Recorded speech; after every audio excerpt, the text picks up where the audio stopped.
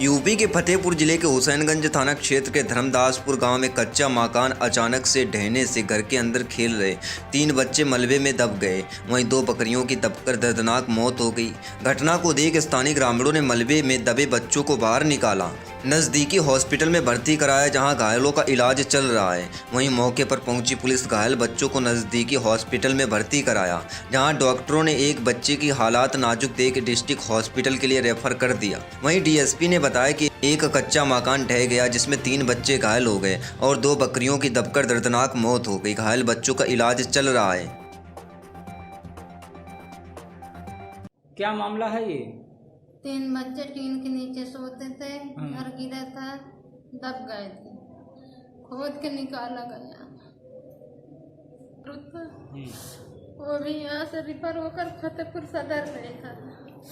एक बच्चे का नाम अनूप, बेटी का नाम अंजलि। ये हुसैनगंज अस्पताल में सदर में फतेहपुर गया। किस गांव का मामला है ये? धर्मदासपुर। आप कौन है इनकी? बुआ। क्या नाम है आपका? चित्रेखा राम सखी। थाना हुसैनगंज के ग्राम धर्मपुरा में आज एक कच्चा मकान ढह गया, जिसमें कि एक बच्चा गंभीर रूप से घायल हो गया तथा 2 बच्चे मामूली रूप से चोटिल हो गए थे। इनको पुलिस द्वारा तीनों को जिला अस्पताल भेज दिया गया, जहाँ पे इनका उपचार चल रहा है। और इसी में हादसे में 2 बकरियां दब गई थी, जिनकी मृत्यु हो गई। नमस्कार, आप देख रहे हैं HBN लाइव न्यूज़ खबर उत्तर प्रदेश के गाजियाबाद से। लोनी विधायक नंदकिशोर गुर्जर ने किया लगातार सिरोरा, सिखरानी और गढ़ शबलू गांव में करोड़ों रुपए विकास कार्यों का नारियल फोड़कर शुभारंभ। इस दौरान तीनों गांव में लोनी विधायक नंदकिशोर गुर्जर का फूल मालाओं से स्वागत किया गया। वहीं कार्यक्रम के दौरान सैकड़ों लोगों के बीच विधायक प्रतिनिधि ललित शर्मा लोनी में कराए गए विकास कार्यों की चर्चा जनता के बीच की और आगामी होने वाले कार्यों को लेकर लोगों को आश्वस्त कराया। यहाँ आपको बता दें कि लोनी विधानसभा क्षेत्र के सिरोरा गांव में विधायक नंदकिशोर गुर्जर ने 70 लाख रुपए की लागत से बनने वाली RCC सड़क का उद्घाटन किया, जबकि सिगरानी गांव में 35 लाख रुपए से बनने वाली RCC रोड का उद्घाटन किया। जिसके बाद गढ़ी शबलू में 1 करोड़ 2 लाख रुपए की लागत से बनने वाली RCC रोड का उद्घाटन किया गया। विधायक ने बताया कि कोरोना काल का लोनी विधानसभा के कार्यों पर कोई असर नहीं पड़ने दिया जाएगा। लगातार विकास के कार्य जारी रहेंगे। लोनी को लंदन बनाने का जो उनका सपना है वह आने वाले समय में पूरा जरूर किया जाएगा। को दिल्ली से सुंदर बनाएंगे और लंदन की तर्ज पे लंदन जैसा बनाएंगे। अपने संकल्प पे हम कटिबद्ध हैं। कोरोना ने हमारा नुकसान जरूर किया है, क्योंकि पूरे दुनिया की अर्थव्यवस्था लड़खड़ाई है, उससे भारत भी अछूता नहीं है। लेकिन देश के यशस्वी प्रधानमंत्री माननीय मोदी जी और उत्तर प्रदेश के यशस्वी मुख्यमंत्री माननीय योगी जी और जनरल साहब VK सिंह जी, जो हमारे केंद्रीय मंत्री हैं सड़क परिवहन के और देश के गौरव रहे, उनके आशीर्वाद से लोनी के लिए हम लगातार लगे हुए हैं। चाहे वो नगर पालिका हो या देहात क्षेत्र हो, पूरे में हम समान रूप से काम करा रहे हैं। हमारे बनने से पहले पूरे देहात में और नगर पालिका के हालात क्या थे आप जानते हैं। अभी सिरोरा गांव में लगभग 35 लाख का उद्घाटन हुआ। अपना सकलपुरा गांव में पानी भरा रहता था, CC बहुत शानदार कार्य लगभग अभी 22 लाख का हुआ है। और ये 1 करोड़ 2 लाख से अधिक का कार्य हमारा सबलूगढ़ी गांव से लेकर के नगर पालिका के अंतर्गत है और पावी तक। ये गांव की लगभग 20 साल पुरानी मांग थी कि ये रोड हमारा बन जाए, तो रास्ता बहुत जल्दी हम लोनी पहुंच जाएंगे और एक जो मार्ग है हमारा वो बाईपास हो जाएगा और उससे कई कॉलोनियाँ जुड़ी हुई हैं। उन सबके लिए बहुत बड़ा फायदे का काम हुआ है। मैं इसके लिए जनरल साहब और माननीय मुख्यमंत्री जी को बधाई देता हूं और माननीय केशव प्रसाद मौर्य जी और उनकी पूरी टीम, जो लगातार लोनी के लिए हमने जो भी कहा वो कार्य हो रहा है। हमारे PWD के एक्शन का इसमें विशेष और उनकी टीम, अपने सारस्वत जी और कर्मेंद्र जी, गुलाब सिंह भाटी जी और जो तमाम जितने भी टीम के साथी हैं, उन्होंने एक पूरे लोनी का DPR बनवाया, कहाँ से रोड टूटा है नहीं टूटा है, जो हमने इनको दिया उस पर काम करने का काम किया है। तो उत्तर प्रदेश के अंदर गड्ढा मुक्त सड़कें हों, ये संकल्प जो माननीय मुख्यमंत्री जी का और हमारा है और जनरल साहब का, उसको पूरा करने के लिए इससे एक दिशा मिली। और लोनी, मैं फिर कह रहा हूँ, शिक्षा, चिकित्सा, बिजली और सड़क, पानी कोई नहीं था, 0 से शुरुआत की थी। आज लोनी के अंदर चहुमुखी विकास हुआ है और इसके लिए पूरे क्षेत्र के लोग, जो आपने देखा हजारों लोग मैंने कहा था कि सोशल डिस्टेंसिंग का हम पालन करें और केवल गांव के जो प्रमुख लोग हैं, हमारे बूथ अध्यक्ष और जो गांव के चौधरी हैं, 2-4-10 लोग रहेंगे। लेकिन ये जोश देखिए सरकार का और सरकार के प्रति विश्वास, और जो किसानों के अंदर जो एक अफवाह फैलाने का काम किया जा रहा था, उस सबको दरकिनार करते हुए हज़ारों नौजवान इकट्ठे हुए हैं। मैं सबको बधाई देता हूँ और पूरे गाँव का शीश झुकाकर अभिनंदन करता हूँ। और मैं क्षेत्र का हमेशा ऋणी रहूँगा और जो बन सकेगा आने वाले समय में, भले ही कोरोना से दिक्कत हुई। शराब पीकर गाली देने से मना करने पर धारदार हथियारों और तमंचों से घायल किया। यूपी के पीलीभीत में बीती रात शराब पीकर गाली देने का विरोध करने पर दो पक्ष आमने सामने आ गए। मामले की तूल पकड़े ही दोनों पक्षों में लाठी और धारदार हथियार से मारपीट शुरू हो गई। इस दौरान एक युवक को गोली भी लगी। मामूली बात पर खूनी संघर्ष में कई लोग घायल भी हो गए। वहीं सूचना पर पहुंची पुलिस ने घायलों को अस्पताल में भर्ती कराया और 3 आरोपियों को गिरफ्तार कर जेल भेज दिया। पुलिस ने मौके से तमंचे भी बरामद किए। दरअसल मामला थाना बिलसंडा क्षेत्र के गांव बहनपुरा का है। यहाँ रहने वाले जगदीश कुमार अपने ही पड़ोसी सलील मिश्रा को गाली देने पर टोकना महंगा पड़ गया। आरोप है कि सलील अपने परिवार के लोगों के साथ लाठी डंडे, धारदार हथियार और तमंचा से लैस होकर आए जगदीश और उसके परिवार पर हमला कर दिया। बाकी लगने से शिवेक के कंधे पर काफी जख्म हो गए। वहीं जगदीश के पिता राम खिलौना को गोली लगने से वह गंभीर रूप से घायल हो गए। सूचना मिलती ही मौके पर पहुंची पुलिस को देख आरोपी फरार हो गया। पुलिस ने आनन फान में घायलों को अस्पताल में भर्ती कराया और घायलों की तहरीर पर सलील व उसके परिजनों के खिलाफ मुकदमा दर्ज कर 3 लोगों को गिरफ्तार कर जेल भेज दिया है और 2 की तलाश जारी है। पूरा मामला सर ये है कि हम लोग टीवी देख रहे थे तो ये गालियाँ नाम लेके दे रहे थे, तो हम नीचे उतर के आए तो हमने कहा भाई गालियाँ क्यों दे रहे हो, तो इन्होंने गेट पे मेरे चढ़ाई कर दी और ये मारने लगे सबको। फिर इन्होंने तमंचे की फायरिंग कर दी तो ये मेरे पापा के 2 छर्रे लग गए। इसकी तहरीर पुलिस को दी है? तहरीर हाँ दी है पुलिस को। हुआ क्या मामला है पूरा? अब ये गाली देता है, हम टीवी देख रहे थे, हम नीचे उतर के आए तो ये नाम ले ले गाली दे रहे थे, तो हमने इनसे कहा भाई क्यों गाली दे रहे हैं, तो इन्होंने मारना पीटना शुरू कर दिया। इन्होंने अपने छोटे भाई को फ़ोन किया तो वो तलवार लेके आए। उन्होंने भतीजे को मेरे तलवार मारी और मेरे फायर मेरे ऊपर चला दिया। क्या नाम है आपका? राम खिलौना। बच्चों का विवाद हुआ है, विवाद में कई लाठी डंडे, धारदार हथियार, गोली चलने की बात भी सामने आई, कई लोग घायल हुए हैं। किस तरह का मामला है, किस तरह की कार्रवाई की जा रही है? देखिए, ये बिलसंडा थाने क्षेत्र में एक गांव में बहुत मामूली सी बात को लेकर के एक दारू पी के उधर से जा रहे थे, दूसरे पक्ष ने से टोक दिया, गाली गलौज करने लगे। उसी पर उग्र होकर के उन लोगों ने उन बांके से हमला कर दिया। सारी चोट जो अभी हम लोगों ने देखी है, जो घायल है उनको बांके से ही है, लेकिन ये जानकारी में ये भी आया था कि एक आदमी ने उसमें फायर किया तमंचे से। तत्काल पुलिस मौके पर पहुंचती है, सर्च ऑपरेशन करती है, घायलों को हॉस्पिटल पहुंचाते हैं हम लोग, उनको बेहतर इलाज के लिए हायर सेंटर भी रेफर करा देते हैं और इधर अभियुक्तों की तलाश की जाती है। 3 पकड़ लिए जाते हैं, जिनसे बांका भी बरामद हो गया और घटना में प्रयुक्त तमंचा भी बरामद हुआ है।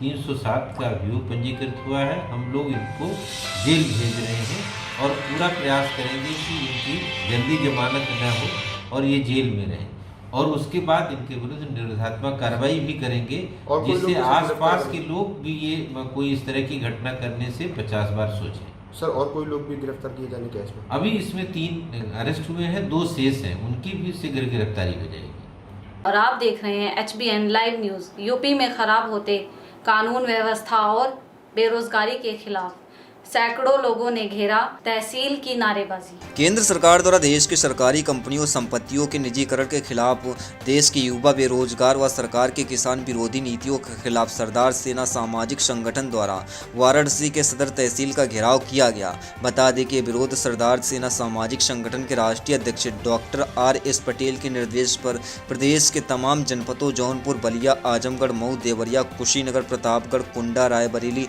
इलाहाबाद, अम्बेडकर नगर, कानपुर, चित्रकूट, बस्ती, अयोध्या, फैजाबाद, उन्नाव सहित अन्य जनपदों के तहसीलों का घेराव कर सरदार सेना के पदाधिकारियों एवं कार्यकर्ताओं ने 3 सूत्रीय ज्ञापन सौंपने का कार्य किया। डॉक्टर साहब, आज यहाँ तहसील क्यों आना हुआ, इतनी संख्या में क्यों आना हुआ? सबसे पहले आप पत्रकार साथियों को बहुत बहुत धन्यवाद। आज केंद्र और प्रदेश की भारतीय जनता पार्टी सरकार युवाओं के विरोध में काम कर रही है, किसानों के विरोध में काम कर रही है, महिलाओं के विरोध में काम कर रही है। योगी सरकार के शासन में पूरा गुंडाईगिरी है। अब देख लीजिएगा, उठा के रोज़ बलात्कार हो रहा है। आज आने का मूल 3 मांग लेके आया हूँ। पहला, पूरे भारत में मोदी ने कहा था 2014 में कि हमारी सरकार बना दो, हर साल 2 करोड़ युवाओं को सरकारी नौकरी देंगे। कहा था कि नहीं कहा था? लेकिन 20 करोड़ से ज़्यादा 6 सालों में मोदी ने नौकरियां देश से समाप्त कर दिया। तो नौकरियों की मांग करने आया हूं। दूसरा रेलवे, सेल, भेल, एनटीपीसी, कोल, रेलवे स्टेशन, एयरपोर्ट, पूरी देश की सरकारी संपत्तियां निजीकरण करके बेच दी जा रही हैं। उस पर सरकार को कमांड किया जाए और सरकार निजीकरण बंद करे, देश की व्यवस्था बेचना बंद करे। देखिए भाई, एक लाइन की बात बता रहा हूँ आपको। मोदी सरकार का बिगड़ैल बेटा का नाम ले रहा हूँ। एक परिवार का एक बाप बड़ा अच्छा काम किया, बहुत मेहनत करके घर द्वार बनाया, लेकिन मोदी जैसा बेटा मिल गया, नालायक बेटा। तो उसने किया क्या? जो देश की संपत्तियाँ बनाई गई थी वो विदेश में जाके मज़ा लेता है और देश की संपत्तियां बेचता है और विदेश में जाके एंजॉय करता है। उसके खिलाफ हम लोग निकले हैं कि देश की संपत्तियां बेचना बंद करो। तीसरा विषय है, आपको पता है कोरोना काल में यह साबित हो गया 6 महीनों में कि पूरे देश की व्यवस्था, अर्थव्यवस्था चौपट हो सकती है, लेकिन कृषि एक ऐसी व्यवस्था है जिसके कारण लोगों का पेट चल सकता है, वह घाटे में कभी नहीं जा सकता। तो पूंजीपतियों के सहारे चलती है सरकार। जो मोदी सरकार है वो आपकी नहीं, वो पूंजीपतियों की है।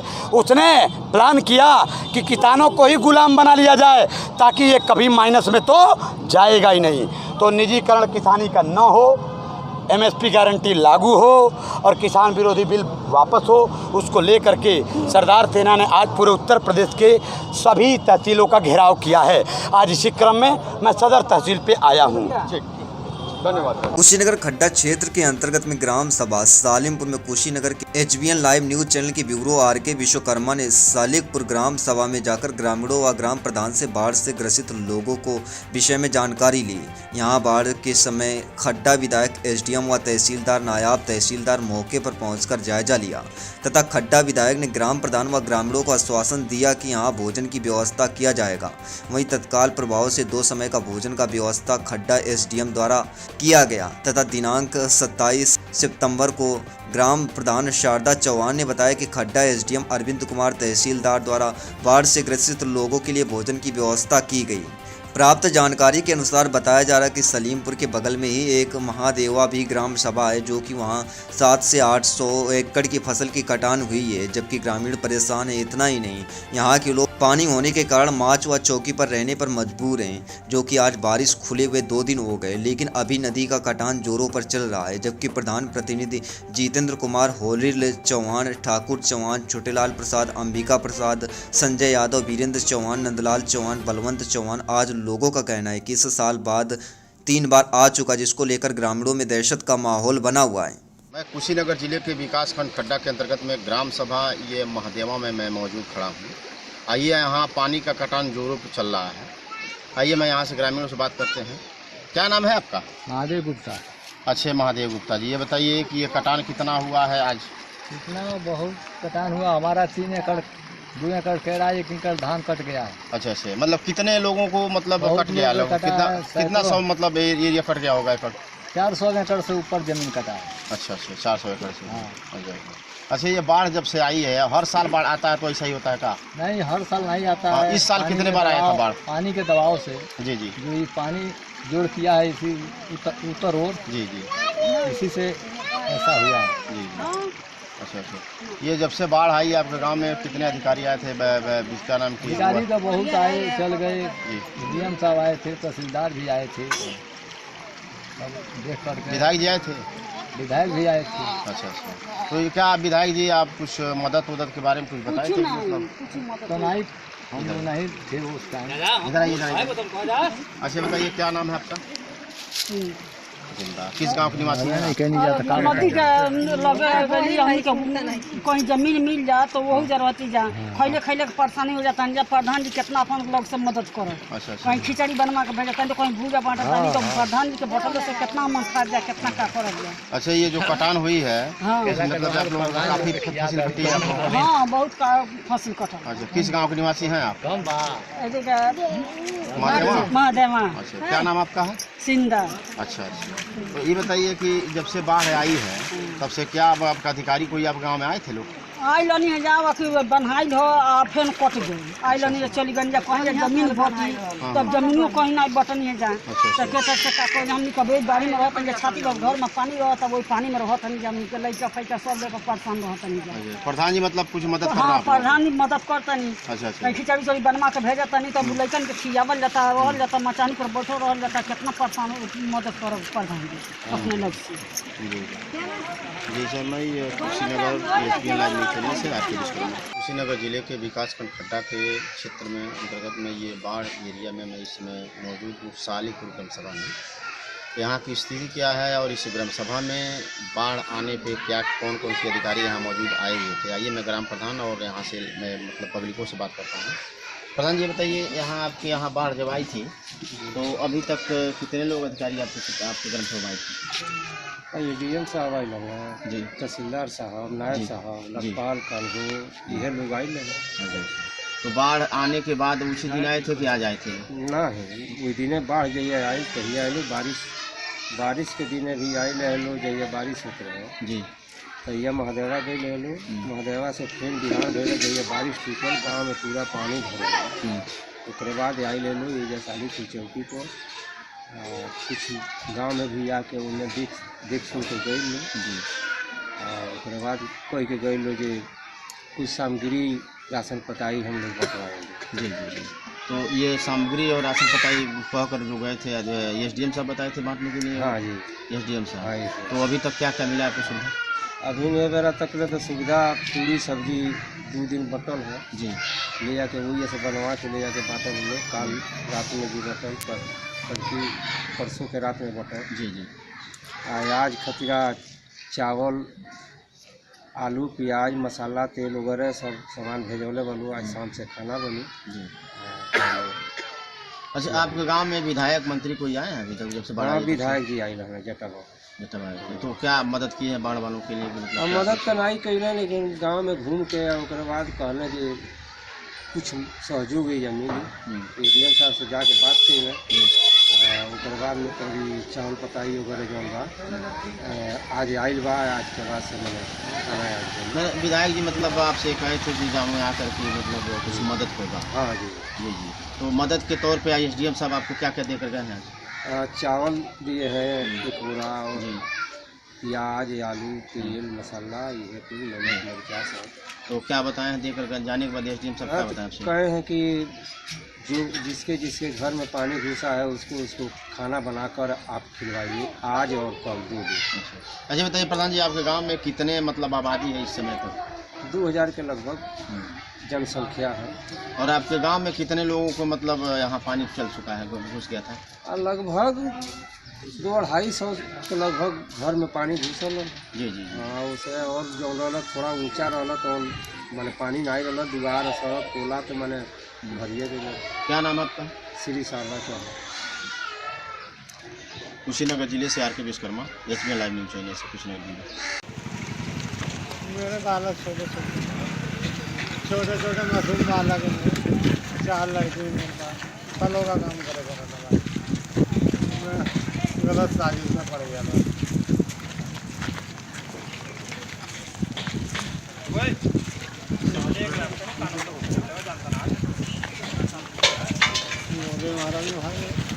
यूपी पुलिस के एनकाउंटर के डर से संभल में 15,000 का इनामी बदमाश गले में तख्ती लटकाकर थाने पहुंचा और एसएचओ के पैरों में गिरकर माफ़ी मांगने लगा।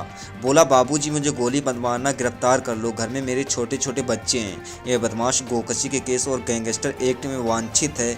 यह मामला जनपद संभल थाना क्षेत्र नकासा का है। इस इलाके में गैंगस्टर एक्ट का अपराधी नईम पुलिस से फरार चल रहा था। पुलिस ने नईम पर 15,000 का इनाम भी रखा हुआ था, लेकिन वो हर बार पुलिस की आंखों में धूल झोंकने में कामयाब कामयाब हो रहा था।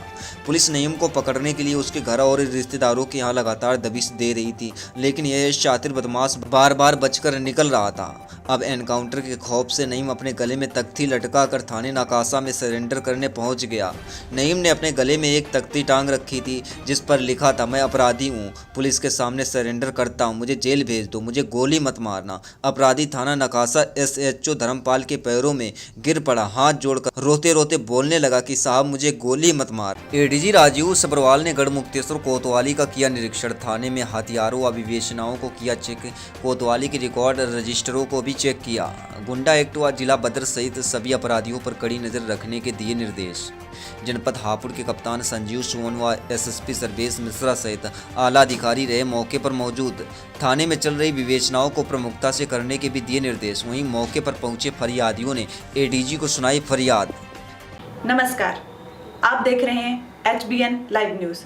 बड़ी खबर आ रही है उत्तर प्रदेश के कानपुर जिले से। कानपुर महापौर प्रमिला पांडे की अगुवाई शहर के चमनगंज इलाके में स्थित अवैध चट्टे के खिलाफ कार्रवाई करने पहुंची नगर निगम की टीम पर क्षेत्रीय लोगों ने पथराव कर दिया। पथराव में कैंटल कैचिंग दस्ते और 3 गाड़ियां क्षतिग्रस्त हो गई। घटना की सूचना पर नगर आयुक्त ADM सिटी ACP की अगुवाई में भारी फोर्स पहुंचने पर मामला शांत हुआ। नगर निगम के अधिकारियों के मुताबिक वह अपनी टीम के साथ अवैध चट्टे के खिलाफ कार्रवाई करने पहुंचे थे। जैसे ही भैंसों चट्टे के बाहर निकाली गई, मौके पर बड़ी संख्या में लोग इसका विरोध करने लगे। देखते ही देखते पथराव शुरू कर दिया, जिससे नगर निगम की 3 गाड़ियां क्षतिग्रस्त हो गईं। मौजूद पुलिस कर्मियों व नगर निगम सुरक्षा कर्मियों ने लाठी पटक कर लोगों को वहां से खदेड़ा। घटना की सूचना मिलने पर नगर आयुक्त अक्षय त्रिपाठी मौके पर पहुंच गए। कुछ देर में भारी पुलिस बल मौके पर पहुंच गया। इलाके के धर्म गुरुओं को बुलाकर लोगों को समझाने के लिए कहा गया। चमनगंज थाने में चट्टे संचालकों को बुलाकर समझाया गया। इस मौके पर ADM सिटी भी मौजूद रहे। देखिए, मामला ये है कि शहर को सुंदरीकरण बनाने की पॉलिसी नगर महापालिका की तय है, कोई अच्छी चीज़ है, कोई बुरी बात नहीं है। हम भी उनके साथ सपोर्ट में हैं, लेकिन काम करने का कुछ तरीका होता है। काम करने का तरीका ये है कि हम अचानक पहुँच जाएँ और जाकर के भैंसे पकड़ने लगे, उठा ले जाएँ, गिरफ्तारियाँ कर लें। तो पब्लिक जो होशी पब्लिक है या कुरैशी पब्लिक, जो छोटे तबके की पब्लिक है, तो अनपढ़ और जाहिल होती है, तो उलझ जाएगी। ऐसे ही यहाँ पर हुआ, इनको नोटिस भेजी नहीं गई, इनको इत्तला दी नहीं गई, इनको मालूम नहीं। ये बेचारे अपने भैंस को रख करके उसके दूध दूध करके अपनी ज़िंदगी गुजार रहे, अपने 20 बच्चों को पाल रहे। अचानक पहुँचना और पहुँच करके जो है वो साहब उसको भैंसों को पकड़ लेना, उठा लेना, ले जाना, तो पब्लिक उलझ गई। तो ऐसे में उलझन तो पैदा होगी। अगर इसी को बाकायदा तौर पर जो है प्लानिंग बना के किया जाता तो ये नौबत ना आती। अच्छी बात को हर आदमी समझता है जब समझाया जाए। तो अभी हमारी इसी सिलसिले में महापौर से भी बैठक हुई, SP साहब से भी बैठक रही, ADM सिटी भी थे और दीगर अधिकारी। हमने अपनी बात रखी। अभी जो है कल सुबह जो है हमको उन्होंने टाइम दिया है इस मामले को तय करने के सिलसिले में। महापौर का कहना है कि अवैध रूप से पहले भी कई बार बताया गया था कि इसको हटा दिया जाए, जब नहीं हटाएंगे तब आ जाके। बात बिल्कुल जायज़ है, हम उनके साथ हैं इस मामले में, जायज़ मामले में हम साथ हैं, मुखालिफ नहीं है। लेकिन तरीका है काम करने का। आपको इत्तला देनी पड़ेगी, आपको संज्ञान भी लेना पड़ेगा, कप्तान को, SSP को, SP को, समझे थाने को कि हम आ रहे हैं, ये काम करने आ रहे हैं, और उनको नोटिस जानी चाहिए। आपने कोई नोटिस नहीं भेजी, इसको तस्लीम किया कि अब नोटिस नहीं गई, और साहब अखबार में दे दिया था। अखबार में दे दिया था तो यार ये पब्लिक अनपढ़ है, जाहिल है, गंवार है, वो अखबार क्या जाने। तो उसने बेचारा उसको क्यों पता ही नहीं है। इसके लिए थोड़ा से हम नहीं कहते कि वो गलत किया उन्होंने, वो जो कुछ कर रही ठीक कर रही हैं। हाईकोर्ट का ऑर्डर भी है उस पर, यही होना भी है, और हम यही खुद भी तय करेंगे। कुछ टाइम ले करके कल हम उसे तय करेंगे कि इस मसले को धीरे से दफन कर दिया जाए। यही हमने उनसे गुजारिश की और उम्मीद यही है कि बहुत आसानी के साथ ये मसला तय हो जाएगा। मेरी आवाम से खास तौर से अपील है कि अपने घर में बैठे, बात चल रही है, बात को बिगड़ने न दें, बात को ख़राब ना होने दें, जिससे कि वजह से मामला तय होने में कोई रखना पैदा हो। सर माहौल हम घसियाना में आए थे यहाँ पे चट्टों को हटाने के लिए। यहाँ के बारे में हमको सूचना थी कि यहाँ बहुत चट्टे चल रहे हैं और गलियों के अंदर, सड़कों के ऊपर ही जो है गाय भैंस जानवर बांधे जा रहे हैं, जिससे लोगों का आना जाना मुश्किल है और नालियाँ और सीवर चौक हो रहे हैं। इसी क्रम में हम लोग आए थे, महापौर अगुवाई कर रही थी, और जब हम लोग ये चट्टे हटा रहे थे तो उस समय लोकल लोगों ने छत से और सामने से पथराव कर दिया, जिसकी वजह से 3 सरकारी गाड़ियाँ क्षतिग्रस्त हुई हैं। लोगों का मैं पहले भी बताया, मैंने आपको फिर बताता हूँ, गैर कानूनी काम, चूँकि सरकार ने नियम बना दिया, हाई कोर्ट का आदेश है कि ये चट्टे जो हैं शहर के बाहर चले जाएंगे, तो ये गैर कानूनी काम के लिए कभी भी कोई नोटिस देने का सवाल ही नहीं उठता है। अगर कोई गलत काम कर रहा है तो उस पर तो सीधे कार्रवाई होती है, समय नहीं दिया जाता। 3 गाड़ियाँ टूटी हैं, जिसमें से एक सहायक नगर आयुक्त की गाड़ी है, एक हमारे प्रवर्तन दल की बस है और एक कैटल कैचिंग वालों का वाहन है जिसके अंदर जानवर लेके जाते हैं। आज नगर निगम की टीम चट्टों को हटाने के लिए आई थी, उसी में कुछ लोगों ने विरोध किया और 2-4 पत्थर चलाए हैं। इस संबंध में पुलिस को जैसे ही सूचना मिली, पुलिस ने पहुंच के मामले को शांत कराया और अब नगर निगम की टीम की तहरीर के आधार पर मुकदमा पंजीकृत किया जा रहा है और सरकारी कार्य में जो बाधा पहुंचाने वाले तत्व हैं उनके खिलाफ मुकदमा दर्ज करके सख्त कार्रवाई की जाएगी। ये जैसा कि मैंने बताया, नगर निगम की टीम चट्टों को हटाने के लिए आई थी, उसी का विरोध करते हुए कुछ लोगों ने पत्थर चलाए। ये अभी नगर निगम की टीम आकलन करके तहरीर दे रही है, उसी तहरीर के आधार पर मुकदमा पंजीकृत होगा। उत्तर प्रदेश सरकार द्वारा पूर्वांचल विद्युत वितरण निगम लिमिटेड को निजी हाथों में देने का कुचक्र रचा जा रहा है, जिसके विरोध में दिनांक 28 सितंबर 2020 को विद्युत कर्मचारी संयुक्त संघर्ष समिति उत्तर प्रदेश के आह्वान पर प्रदेश के समस्त जिलों की भांति वाराणसी के बिजली कर्मी भी शाम को 5 बजे मशाल जुलूस निकाले, जो प्रबंध निदेशक कार्यालय भिखारीपुर से प्रारंभ होकर ककरमत्ता, नेवादा, सुंदरपुर, नारिया होते हुए मदन मोहन मालवीय जी की प्रतिमा BHU गेट के सामने लंका पर संपन्न। औरंगाबाद थाना क्षेत्र के गांव नंगला करण के सामने आज सुबह ट्रक और वैगनार कार की आमने सामने भिड़ंत हो गई, जिनमें खानपुर निवासी लक्ष्मी पुत्री वीर सिंह 12 वर्षीय, अंजू पत्नी ओमपाल 22 वर्षीय निवासी रूखी भगवानपुर की मौत, जबकि 4 लोग गंभीर रूप से घायल हो गए। सभी घायलों को मेरठ मेडिकल के लिए रेफर कर दिया गया। जौनपुर जिले के केराकत तहसील के चक्रारेत गांव की 2 सगी बहनें केराकत तहसील का जमकर नाम रोशन कर रही हैं। केराकत तहसील के चक्रारेत गांव की अंकिता सिंह पुत्री जय किशोर सिंह 2019 में PCSJ का एग्जाम देकर प्रथम प्रयास में ही सफलता हासिल की, जिनका प्रदेश में 46वां रैंक था। इस समय वह आजमगढ़ जिला में न्यायाधीश के पद पर कार्यरत हैं। जय किशोर सिंह की दूसरी पुत्री आकांक्षा सिंह ने, जो लखनऊ में भूगोल से MA करने के बाद PCS की तैयारी शुरू कर दी और प्रदेश में PCS 2020 में 28वां रैंक प्राप्त कर डिप्टी कलेक्टर के पद पर चयनित हुई। इनके पिता जय किशोर सिंह PSC में इंस्पेक्टर के पद पर तैनात हैं और दोनों बेटियों की माता, जिनका नाम सावित्री सिंह है, किसान यूनियन संघ की राष्ट्रीय अध्यक्ष भी हैं। सामाजिक सरोकार से जुड़ी होकर जनता की सेवा करने में हमेशा तत्पर रहती हैं। दोनों पुत्रियों के चाचा नंद बहादुर सिंह, जो प्राथमिक विद्यालय से रिटायर होकर इस समय अपने पैतृक निवास चक्रारेत हैं। दोनों पुत्रियां अपनी सफलता का श्रेय अपने माता पिता और चाचा नंद बहादुर सिंह को देती हैं। केराकत तहसील में दोनों बेटियों के प्रथम आगमन पर पूरा केराकत तहसील गौरवान्वित महसूस कर रहा है और उनके घर पर बधाई देने वालों का तांता लगा हुआ है। केराकत विधानसभा क्षेत्र के विधायक दिनेश चौधरी भी उनके घर बधाई देने गए और दोनों बेटियों के उज्जवल भविष्य की कामना की। जी, आपने सफलता हासिल की है, तो पहले बताइए कैसा लग रहा है आपको, कैसा महसूस कर रही हैं? जी, बहुत खुशी हो रही है। जीवन में जो लक्ष्य रखा था उसे पा करके बहुत गर्वान्वित महसूस कर रही हूँ।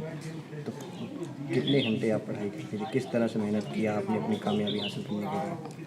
पढ़ाई बस यही है कि रेगुलर पढ़ाई करनी है। मैं 6 से 8 घंटे एवरेज पढ़ाई करती थी और मैंने कोई कोचिंग नहीं की थी, तो सारी चीज़ें खुद से पता करके पहले तो सिलेबस निकाला, उसके बाद फिर सब कुछ उस हिसाब से बुक्स इकट्ठी की, सोर्सेज इकट्ठे किए और फिर रेगुलर पढ़ाई करने से हुआ है।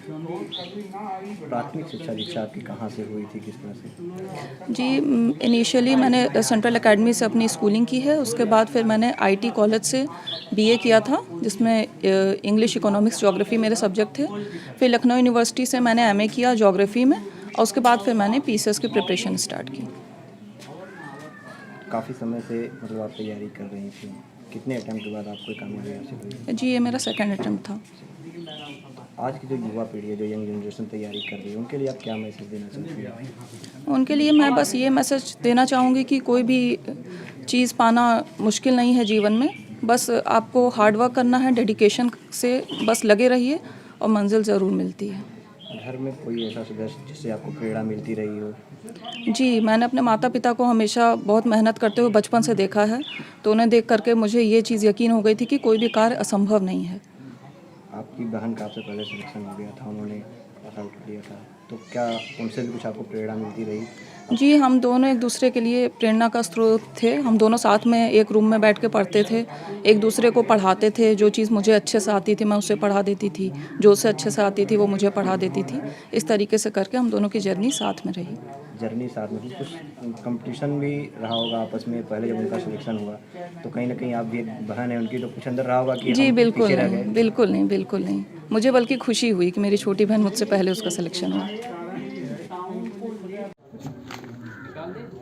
आज आपकी बेटियों का सिलेक्शन हो गया है, दोनों बेटियां जो है अपने लक्ष्य को प्राप्त कर चुकी, कैसा महसूस कर रही हैं? खुशी का वर्णन नहीं कर सकते। खुशी यह है कि माता पिता तो सभी के खुश होते हैं, इन्होंने अपने जन्मभूमि का और माता पिता के पूरे कुल का, पूरे अपने ख़ानदान का नाम रोशन किया, इसलिए हमें बहुत अच्छा लग रहा है। कैसा माहौल देती थी आपने बच्चों को पढ़ने के लिए? अगर मैं सच बोलूं तो मैं वो सौभाग्यशाली माता पिता हूँ कि मेरी बैकिंग तो ये थी नहीं, और मेरी दोनों बच्चियाँ विदाउट कोचिंग के हैं, और मेरे को बस ये था कि अपने से थोड़ा अलग रखी। मैं तो किसान यूनियन के राष्ट्रीय अध्यक्ष हूँ, और इन लोगों को मैंने ये कही थी कि आपको जो करना हो करिए, मैं आपके साथ हूँ, और जो चाहेंगे उसमें बढ़ चढ़ के सहयोग दूँ। बस मैंने सहयोग दिया, और तैयारी में जो सहयोग होता है एक माता पिता का, बाकी ये तो जो दिया ना। जमुआ प्रखंड मुख्यालय के बीपीओ प्रखंड कार्यक्रम पदाधिकारी हुरो महतो ने यह बताया कि प्रखंड में आवंटन की कमी के कारण नहीं हो सकता समय पर लेबर भुगतान, जिससे मजदूरों को आर्थिक परेशानियां झेलनी पड़ती हैं, तथा उन्होंने कहा कि एफटीओ 1 सप्ताह या 15 दिनों तक कर दिया जाता है। यदि आवंटन राशि उपलब्ध रहती है तो हम लेबर भुगतान 1 सप्ताह में कर देते। और उन्होंने बताया कि मनरेगा योजना में टीसीबी और खेल मैदान पर विशेष ध्यान दिया जा रहा है, जिसे सरकारी ज़मीनों पर ही बनाया जा सकता है। इसके लिए 2.5 एकड़ ज़मीन उपलब्ध होनी चाहिए। तभी वृक्षारोपण योजना के अंतर्गत उन्होंने कहा कि यदि किसी पंचायत में पौधे किसी कारण बस मुरझा गए तो उसे पुनः पौधे दिया जाएगा। सर मुझे बताइए कि आप हर पंचायत में किस किस योजना पर ज़्यादा ध्यान दे रहे हैं? अभी जमुआ प्रखंड में कुल 42 पंचायत है। सभी पंचायतों में अभी हम लोग का ट्रेंच कम बंद चल रहा है, टीसीबी, और आपका बिरसा हरित ग्राम योजना चल रहा है, खेल मैदान चल रहा है, और आपका सैनिटेशन ये सॉकपीट का काम चल रहा है पानी को रोकने के लिए।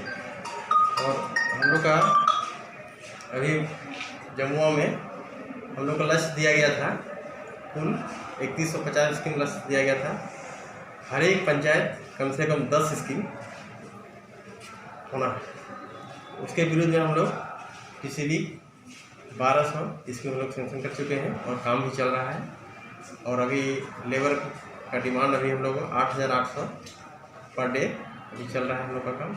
अभी हम लोग अचीवमेंट किए हैं लेबर बजट का 83%। इतना लोगों को हम लोग लक्ष्य को प्राप्त किए हैं अभी, और हम उम्मीद है 15 अक्टूबर तक 100% करने की प्रक्रिया चल रही है। अच्छा, खेल मैदान जो बना रहे हैं, हाँ। इसके बारे में आप कुछ बताना चाहते हैं? वो किस एक पंचायत में एक ठो होना चाहिए कि ग्राम में एक ठो होना चाहिए? पहले मतलब टारगेट तो प्रत्येक पंचायत में एक था। फिलहाल अभी जमुआ प्रखंड को 11 खेल मैदान का ये था। आदि जगह है, 2.5 एकड़ आदि ज़मीन सरकारी ज़मीन है तो लिया जा सकता है। 102 भी हो सकता है पंचायत में, ऐसा कोई दिक्कत नहीं है, लेकिन ज़मीन हो तो सरकारी ज़मीन हो। वृक्षारोपण पर कोई विशेष ध्यान? वृक्षारोपण पर अभी हम लोग 163 एकड़ पे हम लोग बिरसा मुंडा हरित ग्राम योजना लिए हुए हैं, और पौधा 99% सही है, 1% सिर्फ पौधे मर जाते हैं, उसके लिए आप दोबारा देते हैं क्या? दिया जाता है लाभों को, वेंडर के द्वारा फिर रिप्लेसमेंट मिल जाता है। अच्छा सर, टीसीबी हो या और कुछ योजना है तो लाभुकों को सही समय पर भुगतान मिल पाता है कि नहीं? कभी कभी सुनने में आता है कि पैसे नहीं है। नहीं, पेमेंट तो T+8 में वो 15 दिन में हो जाता है भुगतान, यहाँ से FTO तो हो जाता है। कहीं कहीं थोड़ा सा आवंटन के अभाव में कुछ डिले होता है 1 वीक 2 वीक, लेकिन FTO आपका 15 दिन के अंदर होगा। एक महीने तक के बाद फिर ख़त्म हो जाता है पैसा कि मतलब बराबर चलता है? मतलब आवंटन कभी कभी ये होता है, बजट रहता है तो आवंटन स्टेट में पूरा झारखंड में एक ही अकाउंट है, आवंटन रहता है तो दिक्कत नहीं होती है। आवंटन नहीं रहने पर 1 सप्ताह 15 दिन थोड़ा डिले होता है, लेकिन FTO 15 दिन के अंदर नहीं होता।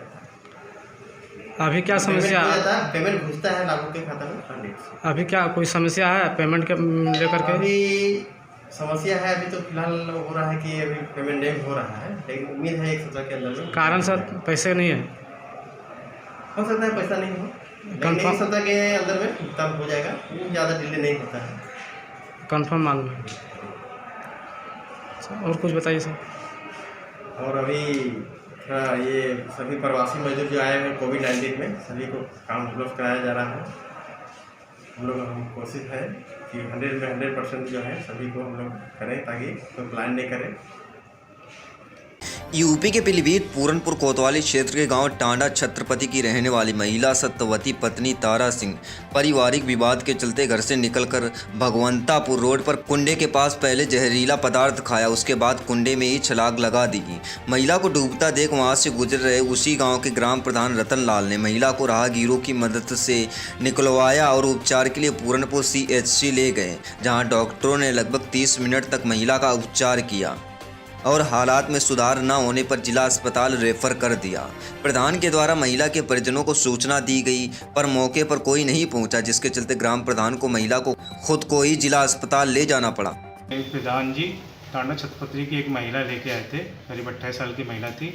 उनका ऐसा कहना था कि इसने क्या नाम है कुछ जहरीला पदार्थ खाया। उसके पास ऐसा कुछ पदार्थ का हमें कोई कागज़ नमूना तो नहीं मिला, लेकिन हाँ वो महिला बेहोशी की स्थिति में थी, उसका ऑक्सीजन कम था और हाँ उसके मुंह से बदबू आ रही थी, तो लग रहा था कि शायद उसने कुछ जहरीला पदार्थ खाया हुआ है। अब क्या पदार्थ खाया है इसका कुछ अभी पुष्टि नहीं हो पाई है। और उसने पेशेंट की जो थी कंडीशन सीरियस थी, सांसें इसकी तेज चल रही थी और BP भी काफ़ी गिर गया था, तो इसकी इसलिए इलाज करने के लिए हमने प्राथमिक उपचार देके उसका गैस्ट्रिक इलाज करा के और फिर इसको जिला अस्पताल पीलीभीत रेफर कर दिया गया है, क्योंकि वहाँ उसको हो सकता है ICU की जरूरत पड़ेगी।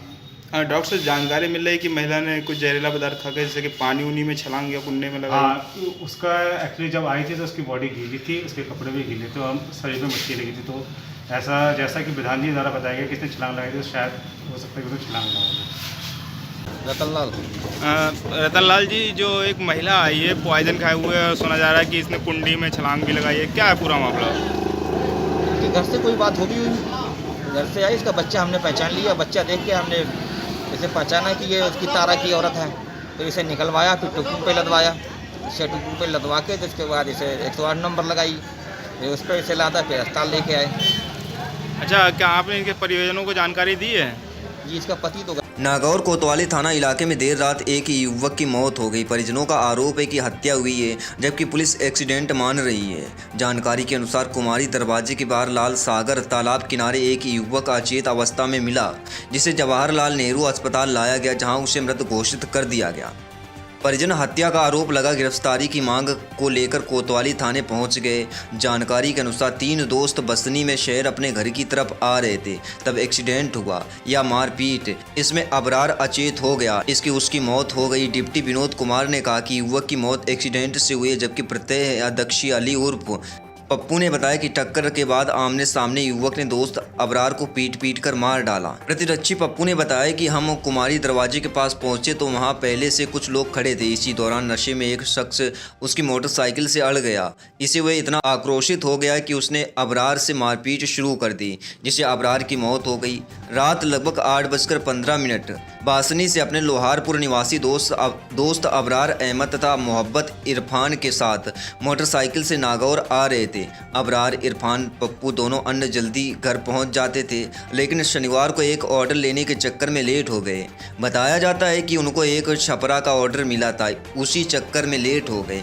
परिजनों ने बताया कि मृतक अबरार की बासनी में स्टील लोहे की दुकान थी, वह प्रतिदिन आना जाना करता था। इसके साथ यह दोनों भी काम करते थे, उसके साथ थे।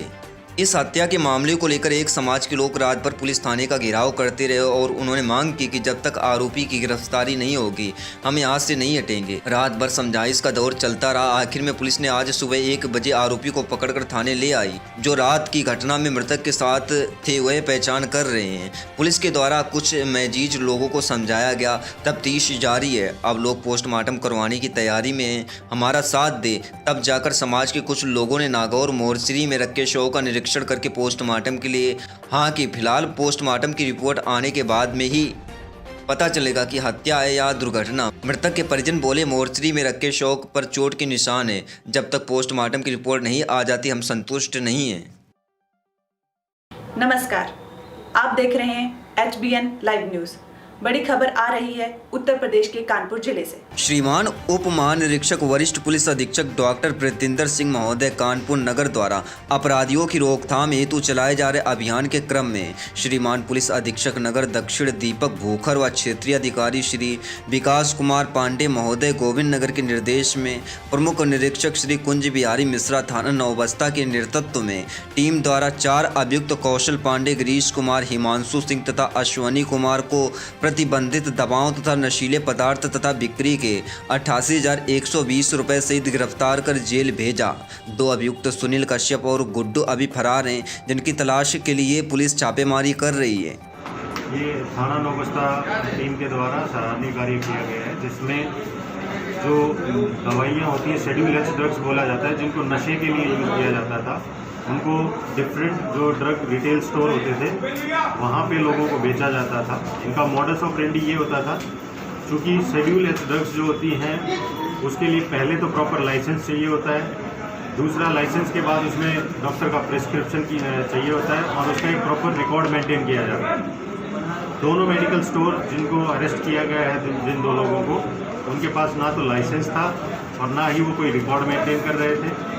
वो जो डिफरेंट सप्लायर थे उनके कांटेक्ट में रहते थे। नशीले ये इंजेक्शंस और दवाइयाँ जैसे एल्प्राजोलम हो गया, एल्प्रेक्स हो गई, और इंजेक्शंस में मॉर्फिन वाला इंजेक्शंस, ये सारे मंगवाते थे और लोगों को पैकेट बना के 120 रुपये में बेचते थे। इनकी कॉस्ट पड़ती थी इनको 30 से 40 रुपये और बेचते थे उसको 120 से 150 रुपये में। कितने आरोपी गिरफ्तार किए? इसमें अभी हमने 4 अभियुक्तों को अरेस्ट किया है। 2 अभियुक्त सुनील और गुड्डू वो फरार हैं। गुड्डू जो है उसके पास वो एक गोडाउन फीलखाना थाने में उसका एक गोडाउन भी मिला, जिसमें बहुत सारी नशीली दवाइयाँ लार्ज अमाउंट में हमने सीज की हैं। उसमें भी ये सारे नशीले इंजेक्शंस और दवाइयाँ थी। उसके पास ना तो कोई लाइसेंस है और ना ही उसने कोई प्रायर कोई परमिशन ले रखी। ये दवाइयाँ कहाँ से इम्पोर्ट होती, कहाँ से आती थी और कैसे इतनी आसानी से लोगों को मुहैया हो जाती थी? देखिए, जैसे मैंने आपको पहले बताया, ये शेड्यूल एच ड्रग्स होती है और इसके लिए प्रॉपर लाइसेंस चाहिए होती है। जो होलसेल मार्केट है वहाँ से इन दवाइयों का डाइवर्जन होता है और वहीं से फिर इनको रिटेल स्टोर्स पे दिया जाता है, जहाँ पे ये उसको लोगों को नशे के लिए बेचते हैं। तो वो सारी चेन हम ट्रैक कर रहे हैं। कौन होलसेल वाले इसमें इन्वॉल्व हैं उनके भी यहाँ पे हम रिकॉर्ड्स हैं वो चेक करेंगे। अगर किसी ने अपने गोडाउन में बिना परमिशन के, बिना बिल्स के अगर ऐसी चीज़ें रख रखी हैं तो उनके खिलाफ भी हम कार्रवाई करेंगे। कानपुर के अलावा भी किए, अदर जिलों में भी सप्लाई करते थे लोग? देखिए, अभी तक की पूछताछ में ये पता लगा है कि दूसरे जनपद से ये बड़ा स्टॉक उठा के लाते थे और फिर यहाँ पे लोकल स्टोर्स पे देते थे। बाकी जो अभियुक्त हैं और जो 2 फरार हैं वो जब जिसमें डिटेल्ड इंटेरोगेशन होगी उसमें जैसे फैक्ट सामने आएंगे, हम इससे अगर कोई और लोग भी जुड़े होंगे तो उनके खिलाफ भी हम कार्रवाई करेंगे। जो अभियुक्त पकड़ेगा उनका क्या काम था? 4 लोग इसमें जो 2 हैं वो मेडिकल स्टोर वाले थे जो अपने स्टोर पे बेचते थे, और जो 2 हैं इसमें शैलेश पांडे और गिरीश कुमार, इन दोनों का काम सप्लाई करने का। जो माल पकड़ा गया कितनी मात्रा में माल है, लगभग कितनी कीमत है इसकी? इसमें अलग अलग जगह से बरामदगी हुई है। लगभग जो टैबलेट्स हैं जो गुड्डू के स्टोर पे मिली उसमें 70,000 के आसपास टैबलेट्स मिली हैं। ऐसे ही उनके पास सिरिंजेस भी मिली हैं और इंजेक्शन्स भी मिले हैं और डिफरेंट सॉल्ट कंपोजिशंस के जो टैबलेट्स हैं वो मिली हैं जो कि NDPS एक्ट में बैन है। कितने सालों से ये लोग गोरख धंधा कर रहे थे? अभी ये जो बता रहे हैं कि 1-1.5 साल से जो मेडिकल स्टोर वाले वो ले रहे थे सप्लाई। बाकी हम डिटेल्ड इंटेरोगेशन में पता लगेगा कि ये और किन मेडिकल स्टोर्स पे ये दवाइयाँ देते थे बिना बिल्स के और बिना लाइसेंस के।